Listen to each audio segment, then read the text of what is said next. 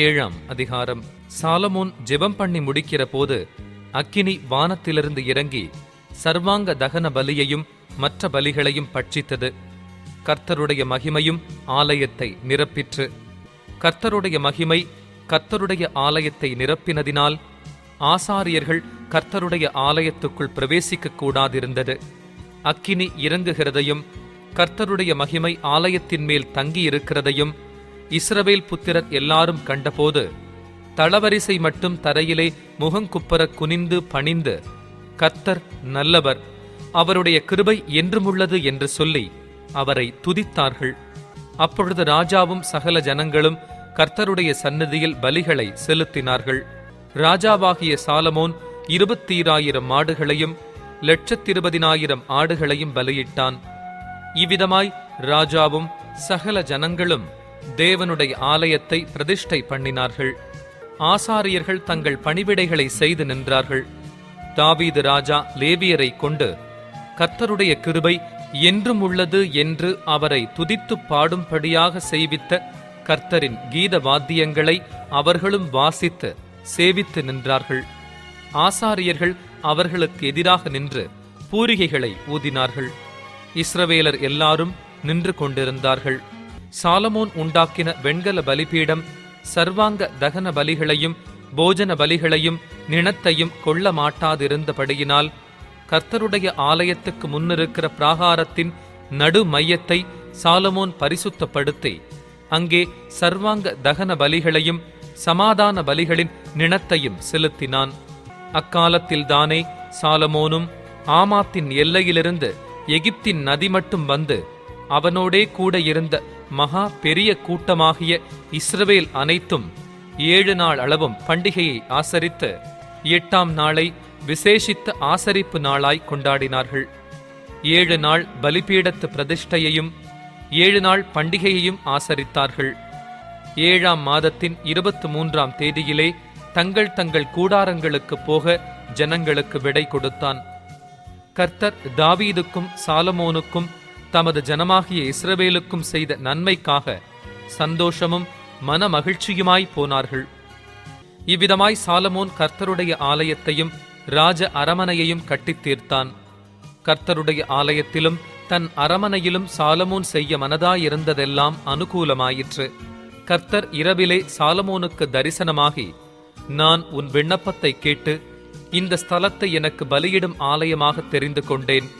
நான் மழையில்லாத படிக்கு வானத்தை அடைத்து அல்லது தேசத்தை அழிக்க வெட்டுக்கிளிகளுக்கு கட்டளையிட்டு அல்லது என் ஜனத்திற்குள் கொள்ளை நோயை அனுப்பும் போது என் நாமம் தரிக்கப்பட்ட என் ஜனங்கள் தங்களை தாழ்த்தி ஜெபம் பண்ணி என் முகத்தை தேடி தங்கள் பொல்லாத வழிகளை விட்டு திரும்பினால் அப்பொழுது பரலோகத்திலிருக்கிற நான் கேட்டு அவர்கள் பாவத்தை மன்னித்து அவர்கள் தேசத்துக்கு க்ஷேமத்தை கொடுப்பேன்.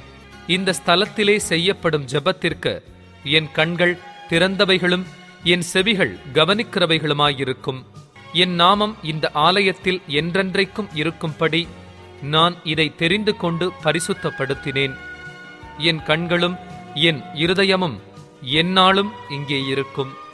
உன் தகப்பனாகிய தாவீது நடந்தது போல நீ எனக்கு முன்பாக நடந்து நான் உனக்கு கற்பித்தபடியெல்லாம் செய்த என் கட்டளைகளையும் என் நியாயங்களையும் கைக்கொள்வாயானால் அப்பொழுது இஸ்ரவேலை அரசாளும் புருஷன் உனக்கு இல்லாமற் போவதில்லை என்று நான் உன் தகப்பனாகிய தாவீதோடே உடன்படிக்கை பண்ணினபடியே உன் ராஜ்யபாரத்தின் சிங்காசனத்தை நிலைக்க பண்ணுவேன். நீங்கள் வழி விலகி நான் உங்களுக்கு முன்வைத்த என் கட்டளைகளையும் என் கற்பனைகளையும் விட்டு போய் வேறே தேவர்களை சேவித்து அவர்களை பணிந்து கொள்வீர்களேயாகில் நான் அவர்களுக்கு கொடுத்த என் தேசத்திலிருந்து அவர்களை பிடுங்கி என் நாமத்திற்கென்று நான் பரிசுத்தப்படுத்தின இந்த ஆலயத்தை என் சமூகத்தினின்று தள்ளி அதை எல்லா ஜனசதலங்களுக்குள்ளும் பழமொழியாகவும் வசை சொல்லாகவும் வைப்பேன். அப்பொழுது உன்னதமாயிருக்கிற இந்த ஆலயத்தை கடந்து போகிறவன் எவனும் பிரமித்து, கர்த்தர் இந்த தேசத்திற்கும் இந்த ஆலயத்திற்கும் இப்படி செய்தது என்ன என்று கேட்பான். அதற்கு அவர்கள், தங்கள் பிதாக்களை எகிப்து தேசத்திலிருந்து புறப்பட பண்ணின தங்கள் தேவனாகிய கர்த்தரை விட்ட வேறே தேவர்களை பற்றி கொண்டு அவைகளை நமஸ்கரித்து சேவித்தபடியினால் கர்த்தர் இந்த தீங்கையெல்லாம் அவர்கள் மேல் வரப்பண்ணினார் என்று சொல்லுவார்கள் என்றார். 8ஆம் அதிகாரம். சாலமோன் கர்த்தருடைய ஆலயத்தையும் தன் அரமனையையும் கட்ட 20 வருஷ காலம் சென்ற பின்பு ஈராம் தனக்கு கொடுத்திருந்த பட்டணங்களை சாலமோன் கட்டி அவைகளில் இஸ்ரவேல் புத்திரரை குடியேற்றினான். பின்பு சாலமோன் ஆமாத் சோபாவுக்கு போய் அதை ஜெயித்தான். அவன் வனாந்தரத்திலுள்ள தத்மோரையும் ஆமாத் தேசத்திலே ரஸ்துக்களின் பட்டணங்கள் அனைத்தையும் கட்டினான். சாலமோன் மேல் பெத்தரோனையும் கீழ்பெத்தரோனையும் அலங்கங்களும் கதவுகளும் தாழ்பாள்களுமுள்ள அரணான பட்டணங்களாக கட்டி பாலாத்தையும் தனக்கு இருக்கிற ரஸ்துக்களை வைக்கும் சகல பட்டணங்களையும் ரதங்கள் இருக்கும் சகல பட்டணங்களையும் குதிரை வீரர் இருக்கும் பட்டணங்களையும் எருசலேமிலும் லீபனோனிலும் தான் ஆளும் தேசமெங்கும் தனக்கு இஷ்டமானதையெல்லாம் கட்டினான். இஸ்ரவேல் புத்திரர் சங்காரம் பண்ணாதிருந்த இஸ்ரவேல் ஜாதியல்லாத ஏத்தியர், எமோரியர், பெரிசியர், ஏவியர், எபூசியரில் மீதியான சகல ஜனத்திலும் அவர்களுக்கு பிறகு தேசத்திலிருந்த அவர்கள் பிள்ளைகளை சாலமோன் இந்நாள் வரைக்கும் இருக்கிறபடி பகுதி கட்டச் செய்தான். இஸ்ரவேல் புத்திரரில் ஒருவரையும் சாலமோன் தன் வேலையை செய்ய அடிமைப்படுத்தவில்லை. அவர்கள் யுத்த மனுஷரும் அவனுடைய சேர்வைக்காரரின் தலைவரும் அவனுடைய ரதங்களுக்கும் குதிரை வீரருக்கும் தலைவருமாயிருந்தார்கள். ராஜாவாகிய சாலமோனுடைய ஊழியக்காரரின் தலைவராகிய இவர்களில் 250 பேர் ஜனத்தை ஆண்டார்கள். சாலமோன், கர்த்தருடைய பெட்டி வந்த ஸ்தலங்கள் பரிசுத்தமாயிருக்கிறது. ஆதலால் இஸ்ரவேலின் ராஜாவாகிய தாவீதின் அரமனையிலே என் மனைவி வாசம் பண்ணலாகாது என்று சொல்லி பார்வோனின் குமாரத்தியை தாவீதின் நகரத்திலிருந்து தான் அவளுக்கு கட்டின மாளிகைக்கு குடிவரப் பண்ணினான். அது முதற்கொண்டு சாலமோன் தான் மண்டபத்திற்கு முன்பாக கட்டியிருந்த கர்த்தருடைய பலிபீடத்தின் மேல் ஒவ்வொரு நாளின் கட்டளைக்கும் தக்கதாய் மோசேயுடைய கற்பனையின்படியே ஓய்வு நாட்களிலும் மாதப்பிறப்புகளிலும் வருஷத்தில் 3 தரம் ஆசரிக்கிற பண்டிகைகளாகிய புளிப்பில்லாத அப்ப பண்டிகையிலும் வாரங்களின் பண்டிகையிலும் கூடார பண்டிகையிலும் கர்த்தருக்கு சர்வாங்க தகன பலிகளை செலுத்தினான். அவன் தன் தகப்பனாகிய தாவீதுடைய பிரமாணத்தின்படியே ஆசாரியர்கள் தங்கள் தங்கள் ஊழியத்தை செய்யும் வகுப்புகளையும் லேவியர் ஒவ்வொரு நாளின் கட்டளைப்படியே துதித்து சேவித்து ஆசாரியருக்கு முன்பாக தங்கள் ஊழியத்தை செய்யும் முறைகளையும் வாசல் காப்பவர்கள் ஒவ்வொரு வாசலில் காவல் காக்கும் வகுப்புகளையும் நிற்க பண்ணினான். தேவனுடைய மனுஷனாகிய தாவீது இப்படி கட்டளையிட்டிருந்தான். சகல காரியத்தையும் பொக்கிஷங்களின் காரியத்தையும் குறித்து ராஜா ஆசாரியருக்கும் லேவியருக்கும் கொடுத்த கட்டளையை விட்டு அவர்கள் விலகாதிருந்தார்கள். இப்படியே கர்த்தருடைய ஆலயத்துக்கு அஸ்திபாரம் போடப்பட்ட நாள் முதல் அதை முடிக்கும் மட்டும் சாலமோனின் வேலையெல்லாம் நடந்தேறி கர்த்தருடைய ஆலயம் கட்டித் தீர்ந்தது. பின்பு சாலமோன் ஏதோம் தேசத்து கடல் ஓரத்தில் இருக்கும் எசியோன் கேபேருக்கும் ஏலோத்துக்கும் போனான். அவனுக்கு ஈராம் தன் ஊழியக்காரர் முகாந்தரமாய் கப்பல்களையும் சமுத்திர யாத்திரையில் பழகின வேலையாட்களையும் அனுப்பினான். அவர்கள் சாலமோனின் வேலைக்காரரோடே கூட ஓப்பீருக்கு போய் அங்கே இருந்து 450 தாலந்து பொன்னை ஏற்றி ராஜாவாகிய சாலமோனிடத்தில் கொண்டு வந்தார்கள். 9ஆம் அதிகாரம். 1. சேபாவின் ராஜஸ்திரீ சாலமோனின் கீர்த்தியை கேள்விப்பட்ட போது விடுகதைகளினாலே சாலமோனை சோதிக்கிறதற்காக மிகுந்த பரிவாரத்தோடும் கந்த வர்க்கங்களையும் மிகுதியான பொன்னையும் இரத்தினங்களையும் சுமக்கிற ஒட்டகங்களோடும் எருசலேமுக்கு வந்தாள். அவள் சாலமோனிடத்தில் வந்தபோது தன் மனதிலிருந்த எல்லாவற்றையும் குறித்து அவனிடத்தில் சம்பாஷித்தாள். அப்பொழுது சாலமோன் அவள் கேட்டவைகளையெல்லாம் விடுவித்தான். அவளுக்கு விடுவிக்காத படிக்கு ஒன்றாகிலும் சாலமோனுக்கு மறைபொருளாயிருக்கவில்லை. சேபாவின் ராஜஸ்திரீ சாலமோனுடைய ஞானத்தையும் அவன் அரமனையையும் அவன் பந்தியின் போஜன பதார்த்தங்களையும் அவன் ஊழியக்காரரின் வீடுகளையும் அவன் உத்தியோகஸ்தரின் வரிசையையும் அவர்கள் வஸ்திரங்களையும் அவனுடைய பானபாத்திரக்காரரையும் அவர்கள் வஸ்திரங்களையும் கர்த்தருடைய ஆலயத்துக்குள் பிரவேசிக்கும் நடை மண்டபத்தையும் கண்டபோது அவள் ஆச்சரியத்தால் பிரமை கொண்டு ராஜாவை நோக்கி, உம்முடைய வர்த்தமானங்களையும் உம்முடைய ஞானத்தையும் குறித்து நான் என் தேசத்திலே கேட்ட செய்தி மெய்யாயிற்று. நான் வந்து அதை என் கண்களால் காணுமட்டும் அவர்கள் வார்த்தைகளை நம்பவில்லை. உம்முடைய பெரிய ஞானத்தில் பாதியாகிலும் அவர்கள் எனக்கு அறிவிக்கவில்லை. நான் கேள்விப்பட்ட பிரஸ்தாபத்தை பார்க்கிலும் அதிகம் உண்டாயிருக்கிறது. உம்முடைய ஜனங்கள் பாக்கியவான்கள். எப்போதும் உமக்கு முன்பாக நின்று உம்முடைய ஞானத்தை கேட்கிற உம்முடைய ஊழியக்காரரும் பாக்கியவான்கள். உம்முடைய தேவனாகிய கர்த்தருக்கு முன்பாக நீர் ராஜாவாயிருக்கும் படிக்கு உம்மை தம்முடைய சிங்காசனத்தின் மேல் வீற்றிருக்க பண்ண உம்மேல் பிரியங்கொண்ட உம்முடைய தேவனாகிய கர்த்தர் ஸ்தோத்திரிக்கப்படுவாராக. உம்முடைய தேவன் இஸ்ரவேலை என்றென்றைக்கும் நிலைநிறுத்தும் படிக்க சிநேகிக்கிறதினாலே அவர் நியாயமும் நீதியும் செய்கிறதற்கு உம்மை அவர்கள் மேல் ராஜாவாக வைத்தார் என்றாள். அவள் ராஜாவுக்கு 120 தாலந்து பொன்னையும் மிகுதியான கந்த வர்க்கங்களையும் இரத்தினங்களையும் கொடுத்தாள். சேபாவின் ராஜஸ்திரீ ராஜாவாகிய சாலமோனுக்கு கொடுத்த அப்படிப்பட்ட கந்த வர்க்கங்களைப் போல ஒரு காலம் வரவில்லை. ஓப்பீரிலிருந்து பொன்னை கொண்டு வருகிற ஈராமின் வேலைக்காரரும் சாலமோனின் வேலைக்காரரும் வாசனை மரங்களையும் இரத்தினங்களையும் கொண்டு வந்தார்கள்.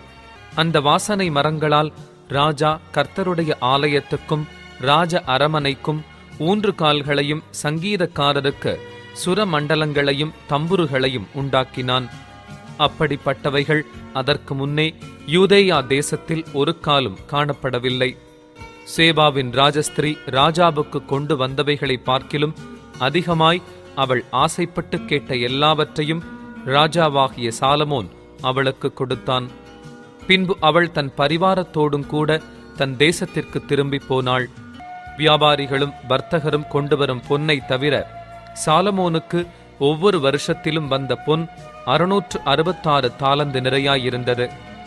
அரபி தேசத்து சகல ராஜாக்களும் மாகாணங்களின் அதிபதிகளும் சாலமோனுக்கு பொன்னையும் வெள்ளியையும் கொண்டு வருவார்கள். ராஜாவாகிய சாலமோன் 200 பரிசைகளை அடித்த பொன் தகட்டால் செய்வித்தான். ஒவ்வொரு பரிசைக்கு 600 சேக்கல் நிறை பொன் தகட்டை செலவழித்தான். அடித்த பொன் தகட்டால் 300 கேடகங்களையும் உண்டாக்கினான். ஒவ்வொரு கேடகத்திற்கு 300 சேக்கல் நிறை பொன்னை செலவழித்தான். ராஜா லீபனோன் வனம் எனும் மாளிகையிலே வைத்தான். ராஜா தந்தத்தினால் ஒரு பெரிய சிங்காசனத்தையும் செய்வித்து அதை பசும்பொன் தகட்டால் மூடினான். அந்த சிங்காசனத்துக்கு பொன்னினால் செய்யப்பட்ட 6 படிகளும் ஒரு பாதப்படியும் உட்காரும் இடத்திற்கு இருபுறத்திலும் கை சாய்மானங்களும் இருந்தன. 2 சிங்கங்கள் கை சாய்மானங்கள் அருகே நின்றன. அந்த 6 படிகளின் மேலும் 2 பக்கத்திலும் 12 சிங்கங்கள் நின்றன. எந்த ராஜ்யத்திலும் இப்படி பண்ணப்படவில்லை. ராஜாவாகிய சாலமோனுக்கு இருந்த பானபாத்திரங்கள் எல்லாம் பொன்னும், லீபனோன் வனம் எனும் மாளிகையின் பனிமுட்டுகளெல்லாம் பசும் பொன்னுமாயிருந்தது. ஒன்றும் வெள்ளியினால் செய்யப்படவில்லை. சாலமோனின் நாட்களில் வெள்ளி ஒரு பொருளாய் எண்ணப்படவில்லை. ராஜாவின் கப்பல்கள் ஈராமின் வேலைக்காரருடன் தர்ஷீசுக்கு போய் வரும். தர்ஷீசின் கப்பல்கள் 3 வருஷத்துக்கு ஒரு தரம் பொன்னையும் வெள்ளியையும் யானை தந்தங்களையும் குரங்குகளையும் மயில்களையும் கொண்டு வரும். பூமியின் சகல ராஜாக்களை பார்க்கிலும் ராஜாவாகிய சாலமோன் ஐஸ்வர்யத்திலும் ஞானத்திலும் சிறந்தவனாயிருந்தான். சாலமோனின் இருதயத்திலே தேவன் அருளிய ஞானத்தை கேட்பதற்கு பூமியின் ராஜாக்கள் எல்லாரும் அவன் முக தரிசனத்தை தேடினார்கள். வருஷா வருஷம் அவரவர் தங்கள் காணிக்கையாகிய வெள்ளி பாத்திரங்களையும் பொற்பாத்திரங்களையும் வஸ்திரங்களையும் ஆயுதங்களையும் கந்த வர்க்கங்களையும் குதிரைகளையும் கோவேறு கழுதைகளையும் கொண்டு வருவார்கள். சாலமோனுக்கு 4000 குதிரை லாயங்களும் இரதங்களும் இருந்தன. 12000 குதிரை வீரரும் இருந்தார்கள். அவைகளை இரதங்கள் வைக்கும் பட்டணங்களிலும் அவர்களை எருசலேமில் தன்னிடத்திலும் ராஜா வைத்திருந்தான். நதி துவக்கி பெலிஸ்தரின் தேசமட்டுக்கும் எகிப்தின் எல்லை வரைக்கும் இருக்கிற சகல ராஜாக்களையும் அவன் ஆண்டான். எருசலேமிலே ராஜா வெள்ளியை கற்கள் போலவும் கேதுரு மரங்களை பள்ளத்தாக்குகளில் இருக்கும் காட்டத்தி மரங்கள் போலவும் அதிகமாக்கினான். எகிப்திலும் மற்ற தேசங்களிலுமிருந்து சாலமோனுக்கு குதிரைகள் கொண்டு வரப்பட்டது. சாலமோனுடைய ஆதி அந்தமான மற்ற நடபடிகள் தீர்க்கதரிசியாகிய நாத்தானின் புஸ்தகத்திலும் சீலோனியனாகிய அகியா எழுதின தீர்க்க தரிசனத்திலும் நேபாத்தின் குமாரனாகிய யெரொபெயாமை குறித்து ஞான திருஷ்டிக்காரனாகிய இத்தோ எழுதின தரிசனங்களிலும் அல்லவோ எழுதியிருக்கிறது. சாலமோன் எருசலேமிலே இஸ்ரவேலையெல்லாம் 40 வருஷம் அரசாண்டான். பின்பு சாலமோன் தன் பிதாக்களோடே நித்திரை அடைந்தான். அவனை அவன் தகப்பனாகிய தாவீதின் நகரத்தில் அடக்கம் பண்ணினார்கள். அவன் ஸ்தானத்திலே அவன் குமாரனாகிய ரெகொபெயாம் ராஜாவானான். 10ஆம் அதிகாரம். ரெகொபெயாமை ராஜாவாக்கும்படி இஸ்ரவேலர் எல்லாரும் சீகேமுக்கு வந்திருந்தபடியால் அவனும் சீகேமுக்கு போனான். ராஜாவாகிய சாலமோனை விட்டு ஓடிப்போய் எகிப்திலிருந்த நேபாத்தின் குமாரனாகிய யெரொபெயாம் அதை கேட்டபோது அவன் எகிப்திலிருந்து திரும்பி வந்தான். ஆள் அனுப்பி அவனை அழைப்பித்தார்கள். பின்பு யெரொபெயாமும் இஸ்ரவேல் அனைத்துமாய் வந்து ரெகொபெயாமை நோக்கி, உம்முடைய தகப்பன் பாரமான நுகத்தை எங்கள் மேல் வைத்தார். இப்போதும் நீர் உம்முடைய தகப்பன் சுமத்தின கடினமான வேலையையும் அவர் எங்கள் மேல் வைத்த பாரமான நுகத்தையும் லகுவாக்கும். அப்பொழுது உம்மை சேவிப்போம் என்றார்கள். அதற்கு அவன், நீங்கள் 3 நாளைக்கு பிற்பாடு திரும்ப என்னிடத்தில் வாருங்கள் என்றான். அப்படியே ஜனங்கள் போயிருந்தார்கள். அப்பொழுது ராஜாவாகிய ரெகொபெயாம் தன் தகப்பனாகிய சாலமோன் உயிரோடு இருக்கையில் அவன் சமூகத்தில் நின்ற முதியோரோடே ஆலோசனை பண்ணி, இந்த ஜனங்களுக்கு மறு உத்தரவு கொடுக்க நீங்கள் என்ன ஆலோசனை சொல்லுகிறீர்கள் என்று கேட்டான். அதற்கு அவர்கள், நீர் இந்த ஜனங்களுக்கு தயவையும் பட்சத்தையும் காண்பித்து அவர்களுக்கு நல்வார்த்தைகளை சொல்வீரானால் என்றைக்கும் அவர்கள் உமக்கு ஊழியக்காரராயிருப்பார்கள் என்றார்கள். முதியோர் சொன்ன ஆலோசனையை அவன் தள்ளிவிட்டு தன்னோடே வளர்ந்தவர்களும் தன் சமூகத்தில் நிற்கிறவர்களுமாகிய வாலிபரோடே ஆலோசனை பண்ணி அவர்களை நோக்கி, உம்முடைய தகப்பன் எங்கள் மேல் வைத்த நுகத்தை லகுவாக்கும் என்று என்னிடத்தில் சொன்ன இந்த ஜனங்களுக்கு மறு உத்தரவு கொடுக்க நீங்கள் என்ன ஆலோசனை சொல்லுகிறீர்கள் என்று கேட்டான். அவனோடே வளர்ந்த வாலிபர் அவனை நோக்கி, உம்முடைய தகப்பன் எங்கள் நுகத்தை பாரமாக்கினார். நீர் அதை எங்களுக்கு லகுவாக்கும் என்று உம்மிடத்தில் சொன்ன இந்த ஜனத்திற்கு நீர் சொல்ல வேண்டியது என்னவென்றால், என் சுண்டு விரல் என் தகப்பனுடைய இடுப்பை பார்க்கிலும் வருமனாயிருக்கும். இப்போதும் என் தகப்பன் பாரமான நுகத்தை உங்கள் மேல் வைத்தார். நான் உங்கள் நுகத்தை அதிக பாரமாக்குவேன். என் தகப்பன் உங்களை சவுக்குகளினாலே தண்டித்தார். நான் உங்களை தேள்களினாலே தண்டிப்பேன் என்று சொல்லும் என்றார்கள். 3ஆம் நாள் என்னிடத்தில் வாருங்கள் என்று ராஜா சொல்லியிருந்தபடியே யெரொபெயாமும் சகல ஜனங்களும் 3ஆம் நாளிலே ரெகொபெயாமிடத்தில் வந்தார்கள். ராஜாவாகிய ரெகொபெயாம் முதியோர் ஆலோசனையை தள்ளிவிட்டு அவர்களுக்கு கடினமான உத்தரவு கொடுத்தான். 14. வாலிபருடைய ஆலோசனையின்படியே அவர்களோடே பேசி, என் தகப்பன் உங்கள் நுகத்தை பாரமாக்கினார். நான் அதை அதிக பாரமாக்குவேன். என் தகப்பன் உங்களை சவுக்குகளினாலே தண்டித்தார். நான் உங்களை தேள்களினாலே தண்டிப்பேன் என்று சொன்னான்.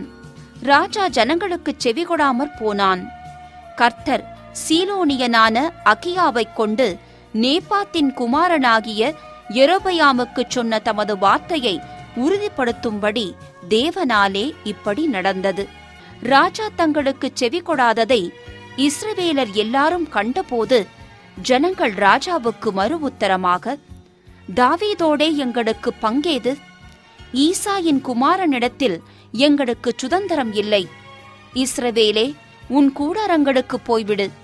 இப்போது தாவீதே, உன் சொந்த வீட்டை பார்த்துக்கொள் என்று சொல்லி இஸ்ரவேலர் எல்லாரும் தங்கள் கூடாரங்களுக்கு போய்விட்டார்கள்.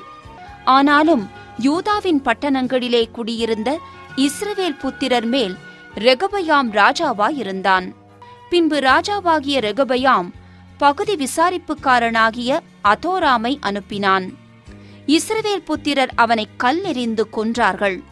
அப்பொழுது ராஜாவாகிய ரெகொபெயாம் தீவிரமாய் ரதத்தின் மேல் ஏறி எருசலேமுக்கு ஓடிப்போனான். அப்படியே இந்நாள் வரைக்கும் இருக்கிறபடி இஸ்ரவேலர் தாவீதின் வம்சத்தை விட்டு கலகம் பண்ணி பிரிந்து போயிருக்கிறார்கள். 11ஆம் அதிகாரம். ரெகொபெயாம் எருசலேமுக்கு வந்தபோது இஸ்ரவேலோடு யுத்தம் பண்ணவும் ராஜ்யத்தை தன்னிடமாக திருப்பிக் கொள்ளவும் யூதா வம்சத்தாரும் பென்யமீன் வம்சத்தாருமாகிய தெரிந்து கொள்ளப்பட்ட யுத்த வீரரான 180,000 பேரை கூட்டினான். தேவனுடைய மனுஷனாகிய செமாயாவுக்கு கர்த்தருடைய வார்த்தை உண்டாகி அவர் சொன்னது: நீ யூதாவின் ராஜாவாகிய ரெகொபெயாம் எனும் சாலமோனின் குமாரனையும் யூதாவிலும் பென்யமீனிலும் இருக்கிற எல்லா இஸ்ரவேலரையும் நோக்கி, நீங்கள் போகாமலும் உங்கள் சகோதரரோடு யுத்தம் பண்ணாமலும் அவரவர் தம் தம் வீட்டுக்கு திரும்புங்கள்.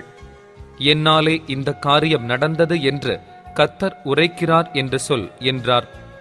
அப்பொழுது அவர்கள் கர்த்தருடைய வார்த்தைகளுக்கு கீழ்ப்படிந்து யெரொபெயாமுக்கு விரோதமாய் யுத்தம் பண்ணுவதை விட்டு திரும்பி போய்விட்டார்கள்.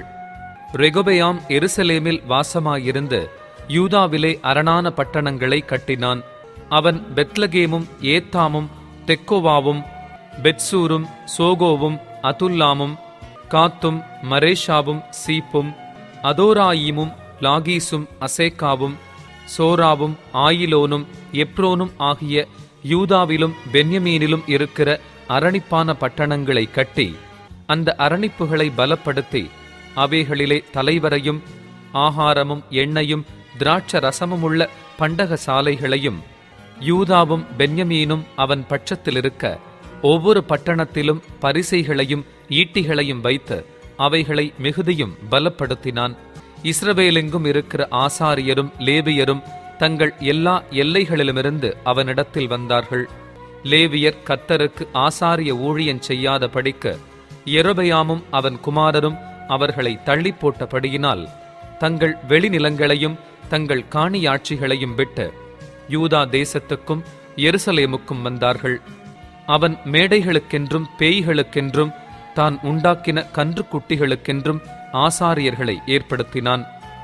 அந்த லேவியரின் பிறகாலே இஸ்ரவேலின் கோத்திரங்களிலெல்லாம் இஸ்ரவேலின் தேவனாகிய கர்த்தரை தேடுகிறதற்கு தங்கள் இருதயத்தை நேராக்கினவர்கள் தங்கள் பிதாக்களின் தேவனாகிய கர்த்தருக்கு பலியிடும் படிக்க எருசலேமுக்கு வந்தார்கள். இப்படி 3 வருஷம் மட்டும் யூதாவின் ராஜ்யத்தை பலப்படுத்தி சாலமோனின் குமாரனாகிய ரெகொபெயாமை திடப்படுத்தினார்கள். தாவீதும் சாலமோனும் நடந்த வழியிலே 3 வருஷம் மட்டும் நடந்தார்கள். ரெகொபெயாம் தாவீதின் குமாரனாகிய எரிமோத்தின் குமாரத்தி மகலாத்தையும் ஈசாயின் குமாரனாகிய எலியாபின் குமாரத்தி அபியாயேலையும் விவாகம் பண்ணினான்.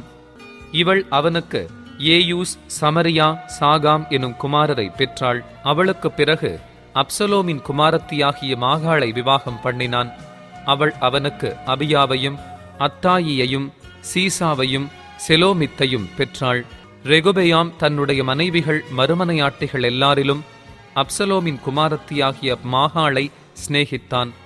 18 மனைவிகளையும் 60 மறுமனையாட்டிகளையும் விவாகம் பண்ணி 28 குமாரரையும் 60 குமாரத்திகளையும் பெற்றான். ரெகொபெயாம் மாகாளின் குமாரனாகிய அபியாவை அவன் சகோதரருக்குள்ளே தலைவனும் பெரியவனுமாக ஏற்படுத்தினான். அவனை ராஜாவாக்க நினைத்தான். அவன் புத்தியாய் நடந்து யூதா பென்யமீனுடைய எல்லா தேசங்களிலுமுள்ள அரணான சகல பட்டணங்களிலும் தன் குமாரர் யாவரையும் பிரித்து வைத்து அவர்களுக்கு வேண்டிய ஆகாரத்தை கொடுத்து அவர்களுக்கு அநேகம் பெண்களை தேடினான்.